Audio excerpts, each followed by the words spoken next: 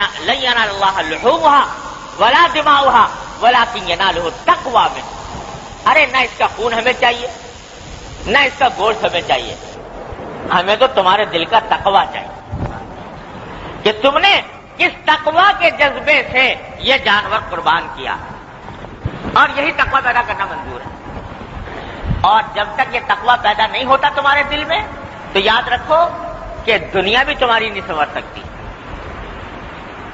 اس واسطے کہ یہ جتنے دنیا کے اندر جرائم اور بدعنوانیاں ہو رہی ہیں وہ سب تقوی کے فقدان کی وجہ سے ہیں. چور چوری کیوں کرتا ہے، رشوت کیوں لینے والا رشوت کیوں لیتا ہے؟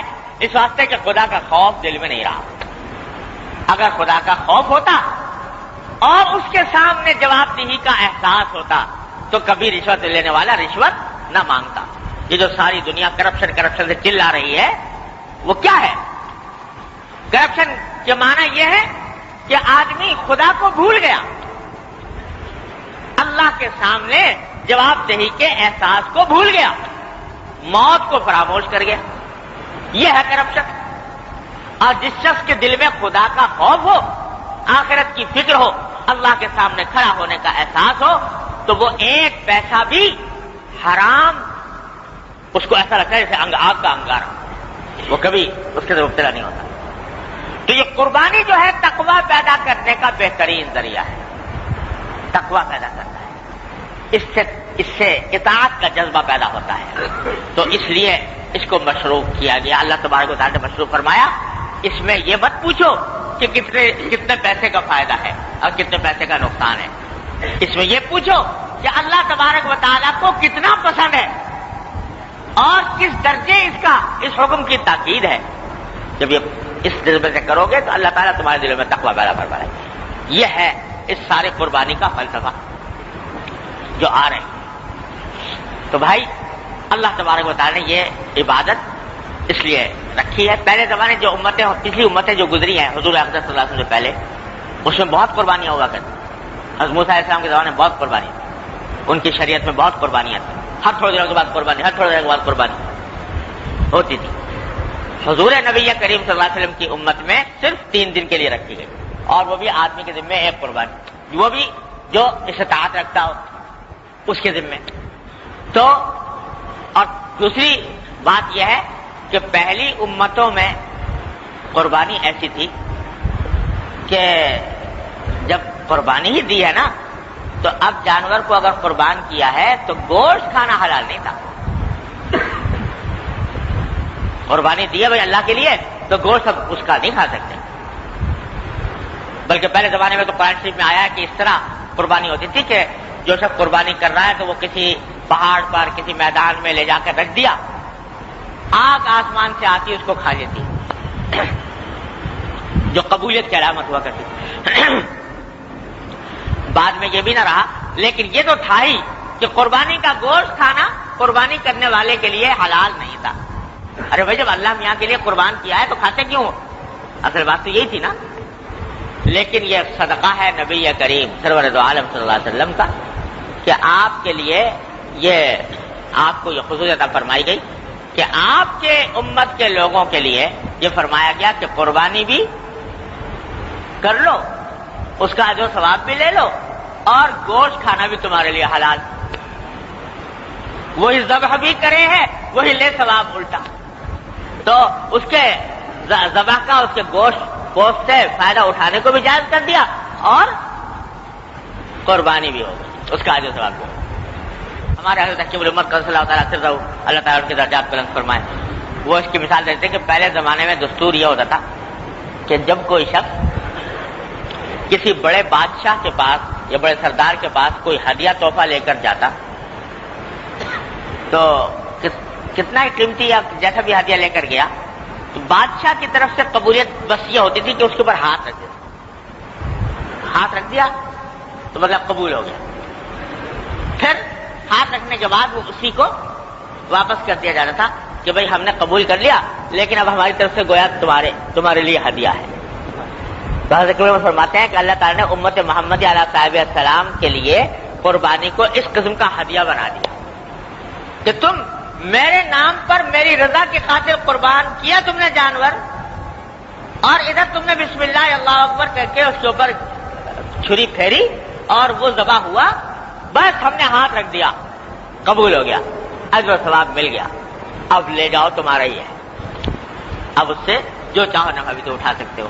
یہ خصوصیت امت محمدی علیہ صاحب الصلوۃ والسلام کو عطا فرمائی۔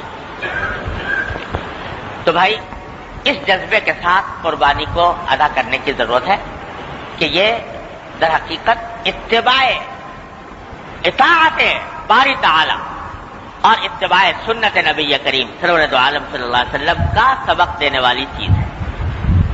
اس جذبے کے ساتھ اللہ تبارک و تعالیٰ توفیق دے ہم سب کو یہ کریں۔ اور یہ فرما دیا حضور اقدس صلی اللہ علیہ وسلم نے کہ جس شخص میں استطاعت ہو قربانی کی اور پھر بھی وہ قربانی نہ کرے تو وہ ہماری عیدگاہ کے پاس بھی نہ آئے نماز پڑھنے کے لیے، مطلب یہ کہ وہ بڑا سخت گناہ کا مرتکب ہے، اس واسطے ہماری عیدگاہ کے پاس بھی نہ پٹکے، یہ حدیث میں آیا۔ تو یہ جو پروپیگنڈا مختلف حلقوں کی طرف سے کیا جاتا ہے اس سے ہوشیار رہے اور جو حقیقت ہے عبادت کی وہ اس کو سمجھ کر اس کے اوپر عمل کریں۔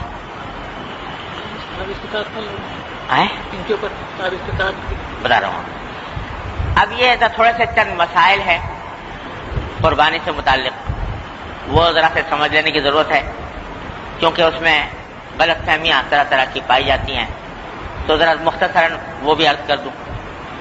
ایک تو یہ کہ صاحب استطاعت کا جو معیار شریعت میں مقرر کیا گیا ہے وہ یہ کہ وہ شخص، ہر وہ شخص جس کی ملکیت میں 52.5 تولہ چاندی یا اس کی مالیت کا زیور یا ضرورت سے زائد سامان ہو تو وہ قربانی کے لحاظ سے صاحب استطاعت میں شمار ہے۔ 52.5 تولہ چاندی کی قیمت آج کے مثال میں 4.5-5 ہزار کے قریب بنتی ہے، تقریباً ایسی معلوم کر لیا جائے۔ تو اگر فرض کرو 5,000 ہے تو کسی شخص کے پاس اگر 5,000 روپے ضرورت سے زائد رکھے ہوئے یا 5,000 کی مالیت کا زیور ہے یا 5,000 کی مالیت کا گھر میں جو ضرورت سے زائد سامان ہے تو اس کے ذمہ قربانی واجب ہے۔ یہ ہے صاحب استطاعت کا مسئلہ۔ ایک بات تو یہ سمجھنے کی، دوسری بات سمجھنے کی یہ ہے کہ ہمارے معاشرے میں بہت کثرت سے یہ غلط فہمی پائی جاتی ہے اور قربانی کے دنوں میں بہت لوگ اس غلط فہمی میں مبتلا نظر آتے ہیں، ان کے سوالات سے اندازہ ہوتا ہے۔ یوں سمجھتے ہیں کہ باپ نے کر لیا تو بس بیٹے کی طرف سے بھی ہو گئی اور شوہر نے کر لی تو بیوی کی طرف سے بھی ہو گئی۔ یہ بڑی زبردست غلطی ہے، غلط فہمی ہے۔ دیکھو جس طرح باپ کے نماز پڑھنے سے بیٹے کی نماز ادا نہیں ہوتی، یا ہوتی ہے کہ بس باپ پڑھ لے تو بس بیٹے کی چھٹی، یا شوہر کی نماز پڑھ لینے سے بیوی کی نماز ادا نہیں ہوتی۔ ہر ایک کے ذمے اس کی عبادت الگ واجب ہے۔ زکوٰۃ باپ کے ادا کرنے سے بیٹے کے لیے ادا ہوتی، شوہر کے ادا کرنے سے بیوی کی ادا نہیں ہوتی۔ تو اس واسطے یہ قربانی کی عبادت بھی ایسی ہے کہ ہر ایک انسان پر اپنی الگ الگ فرض ہے۔ اگر شوہر بھی صاحب استطاعت ہے اور بیوی بھی صاحب استطاعت ہے تو شوہر پر الگ واجب ہوگی اور بیوی پر الگ ہوگی۔ باپ بھی صاحب استطاعت ہے اور بالغ بیٹا بھی صاحب استطاعت ہے تو یعنی اس کی ملکیت میں بھی اتنا ہے تو اس پر بھی الگ ہوگی، اس پر بھی الگ ہوگی، ایک سے دوسرے کی ادا نہیں ہوگی۔ آج ایک صاحب ٹیلی فون پہ پوچھ رہے تھے کہ صاحب وہ ہم تو میاں بیوی کا اپنا آپس میں مشترک کھاتا ہے تو لہذا ہم ایک قربانی کر لیں دونوں کی طرف سے ادا ہو جائے گی کہ نہیں ہو جائے گی؟ تو یہ بالکل غلط خیال ہے۔ ہر ایک اپنی فرائض کا خود ذمہ دار ہے، وہ باپ ہو یا بیٹا ہو، شوہر ہو یا بیوی ہو، ہر ایک کو اپنی ادا کرنی ہے۔ ایک دوسری غلط فہمی یہ بعض لوگوں میں پھیلا دی گئی ہے کہ ارے بھائی قربانی تو کیا کریں، قربانی کی برابر رقم کا صدقہ کرنے تو زیادہ اچھا، غریب کو فائدہ ہو جائے گا۔ بعض لوگ یہ کہتے ہیں کہ صدقہ کر دو، بجائے اس کے کہ 2000 روپے کا حصہ لو گائے میں، اس سے بہتر ہے کہ 2000 روپے کسی غریب کے ہاتھ پہ رکھ دو، صدقہ کر دو۔ یہ بھی بڑی زبردست غلط فہمی۔ ارے بھائی، ہر ایک عبادت الگ الگ ہے، قربانی صدقہ کرنے سے ادا نہیں ہوتی۔ قربانی کی عبادت الگ ہے، صدقے کا ثواب الگ ہے۔ صدقہ اگر دینا ہے تو الگ دو، لیکن قربانی کی عبادت صدقہ دینے سے ادا نہیں ہوتی۔ تیسری غلط فہمی، ایک غلط فہمی لوگوں میں یہ ہے، بعض لوگوں میں، کہ صاحب وہ قربانی جو ہے وہ جب تک کسی بڑے کی طرف سے نہ کی جائے تو چھوٹا نہیں کر سکتا۔ بہت لوگ یہ سمجھتے ہیں ایک ساتھ ملے تو وہ کہنے لگے جی میں ساری عمر ایسا کرتا رہا تو حضور اقدس صلی اللہ علیہ وسلم کی طرف سے قربانی کرتا رہا، اپنی کی نہیں، حضور اقدس صلی اللہ علیہ وسلم کی طرف سے قربانی کرتا رہا اور اپنی کی۔ ایک ساتھ ایسے ملے کہ جو کہتے ہیں کہ میں اپنے والد کی طرف سے کرتا ہوں، خود نہیں کرتا۔ ارے بھائی، پہلا تو کام یہ ہے کہ آدمی کے ذمے قربانی واجب ہے، اپنی طرف سے وہ واجب ادا کرے۔ دوسرے کی طرف سے قربانی کرنا ایصال ثواب کی خاطر، خواہ حضور اقدس صلی اللہ علیہ وسلم کی طرف سے ہو یا اپنے والدین یا کسی عزیز کی طرف سے ہو، یہ انسان کے ذمے کوئی ضروری نہیں ہے، واجب نہیں ہے۔ کوئی کرے ثواب ہے، نہ کرے تو کوئی گناہ نہیں، لیکن اپنی قربانی کرنا واجب ہے اور اس کے نہ کرنے میں گناہ ہے۔ لہذا پہلا کام تو یہ ہے کہ اپنی طرف سے جو اپنا جو واجب ہے وہ ادا کرو۔ اس کے بعد اگر کوئی کسی کا دل چاہتا ہے اور استطاعت ہے تو ٹھیک ہے، حضور اقدس صلی اللہ علیہ وسلم کی طرف سے کرے یا کسی والدین کی طرف سے کرے، کسی کی طرف سے کر سکتا ہے۔ یہ بات بالکل واضح ہو جانی چاہیے۔ آخری بات یہ ہے کہ بعض لوگ دوسروں کی طرف سے کرتے ہیں تو اس میں شریعت کی طرف سے کوئی پابندی نہیں ہے کہ بھئی ضرور حضور اقدس صلی اللہ علیہ وسلم کی طرف سے کرو یا ضرور فلاں والدین کی طرف سے کرو، بلکہ یہ بھی اصل میں جو دوسروں کی طرف سے کی جاتی ہے نفلی قربانی، حقیقت میں وہ اپنی ہی قربانی ہوتی ہے، نفلی۔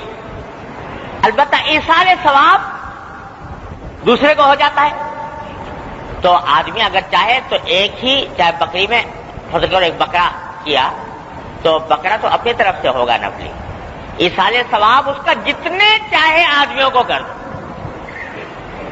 10 کو کر دو، 20 کو کر دو، 50 کو کر دو، 100 کو کر دو، ایصال ثواب اپنے سارے اعزاء اقربا کو کر دو، پوری امت کو کر دو۔ حضور اقدس صلی اللہ علیہ وسلم نے ایک بکرا قربان فرمایا، دو مینڈے قربان فرمایا، ایک فرمایا کہ یہ ایک میری طرف سے ہے اور ایک میری امت کے ان لوگوں کی طرف سے ہے جنہوں نے قربانی نہیں کی،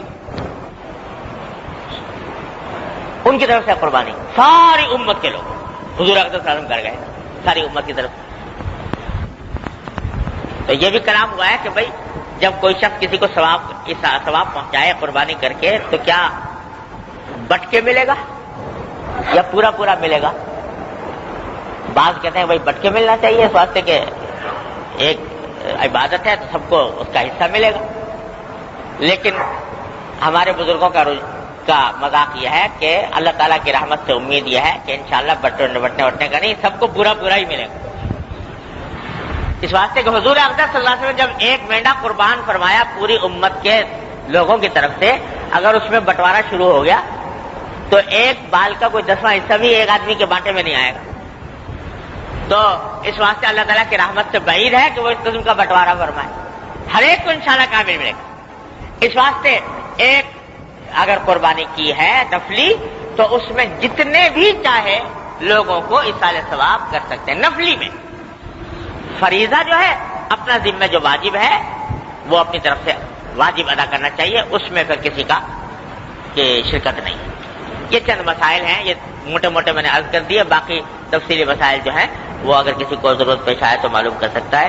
بہرحال اس طریقے پر اللہ تبارک و تعالیٰ اپنی رحمت سے ہم سب کو اب صدق کے ساتھ، اخلاص کے ساتھ، اتباع سنت کی نیت سے اور اپنے تقرب کی خاطر یہ قربانی کی عبادت کو انجام دینے کی توفیق عطا فرمائے۔ اللہم صلی علی سیدنا مولانا محمد وعلی آل محمد کما صلیت علی ابراہیم وعلی آل ابراہیم انک حمید مجید۔ ربنا ظلمنا انفسنا وان لم تغفر لنا وترحمنا لنكونن من الخاسرين ربنا ظلمنا انفسنا وان لم تغفر لنا وترحمنا لنكونن من الخاسرين ربنا لا تزغ قلوبنا بعد إذ هديتنا وهب لنا من لدنك رحمة انك انت الوهاب یا ارحم الراحمین اپنے فضل و کرم سے رحمت سے ہمارے تمام گناہوں کو معاف فرما. یا اللہ ہمارے اعمال و اخلاق کی اصلاح فرما. یا اللہ ہمیں سیدھے راستے پر چلنے کی توفیق عطا فرما. یا اللہ اپنی رحمت سے اپنے فضل و کرم سے ہمیں دین کی صحیح فہم عطا فرما, اس پر عمل کی توفیق عطا فرما.